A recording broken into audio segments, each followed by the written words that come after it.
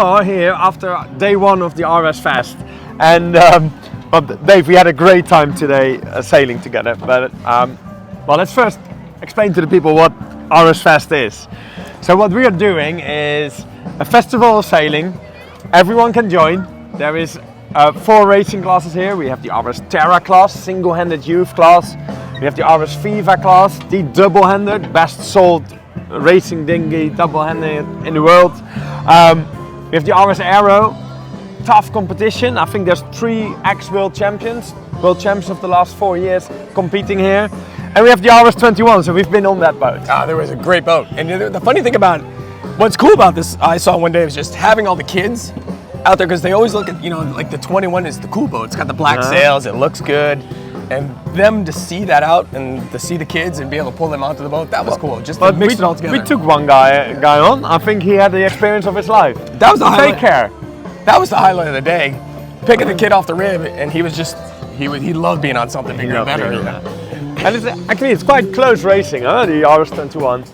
Well, that's the cool thing, that the smaller fleets, right? It becomes so much more close and tactical. People don't get off to the sides. You can play much more of a tactical game with the little fleets. That's true. And everybody overlapped at Marks was cool. It was good. No, I think so. So the top 3, I think, is 1 point from each other. So that's cool.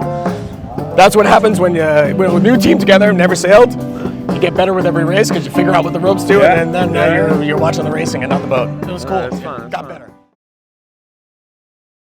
And I think there is more about the RS Fest actually, because it's not only about the racing out there, but we want this to be that festival, and that festival includes, of course, live music. It includes a bit of play and a bit of games on site. So, well, we're gonna have a look in a second. There's a ping pong table. There's this weird game, and I think it's an American thing, with this hole with sandbags. Tell me about it. Dumbest game ever. Okay, tell me about it. Who would play a game called Cornhole? Cornhole. They toss some bags into a hole. There's no tactical gameplay to it at all, man. And can you win? Hand-eye coordination is not any good. And it's Easter, so we are searching for eggs. And I just heard there's a golden egg. And with the golden egg, you can win a free charter boat for the next World Championships. Ooh. So we might have to cut this conversation out, because I gotta go find the golden egg. Well, yeah. Well, I think it has already been found by the kids. Look, they are all That's searching. not possible. That was cool. It's awesome to see this. My last RS event over in Lake Garda, to me, opened up what the RS thing was, to have all the different classes together. And I think that's the coolest thing in sport, is getting different boats, different people together, so they can just see what everybody else is sailing. And it's got the variety in life. Spice is good. And and I agree. The whole reason why we are here and we want to do this, and this is the beginning of probably something more, hopefully it becomes a tradition, is RS sailing has been basically born out of a desire to use the latest technology to build racing classes and to simplify life for sailors, to be racing and be creating the sailing community. Here, Mark Jacoby.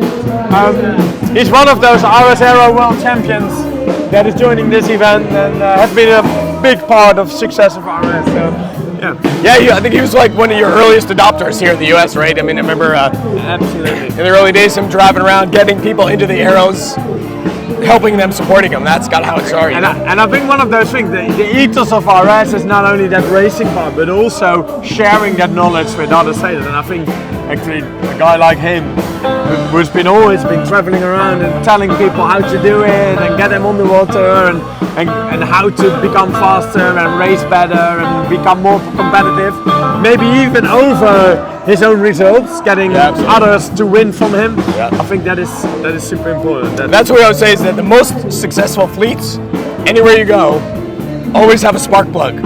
Yeah. And that spark has to keep going, otherwise they go away. Yeah, he was a good spark plug. Well, and talking about sparks, I think there's something here. We hope to give that spark to all those that are here, and then we build something bigger and nicer and cooler. So it's Miami in March. It's beautiful. Well, you said this is the most beautiful part of Miami, or something like that. You just said. The grove here is so cool, and I do have a confession. I haven't sailed here on Biscayne Bay in like 20 years, so today it was so trippy. So it was like this time warp that I was back on J24 Midwinter's. Like, yeah, the bay is the same, the Brilliant. ships are the same. Yeah. It's like, it's good to be back on Biscayne Bay. That was cool. Well, Good way to start. let it not be the last time that we've been sailing together. No, now I gotta come. It was a lot of fun, so thanks so much. I might have to move to Miami, I think. Yeah.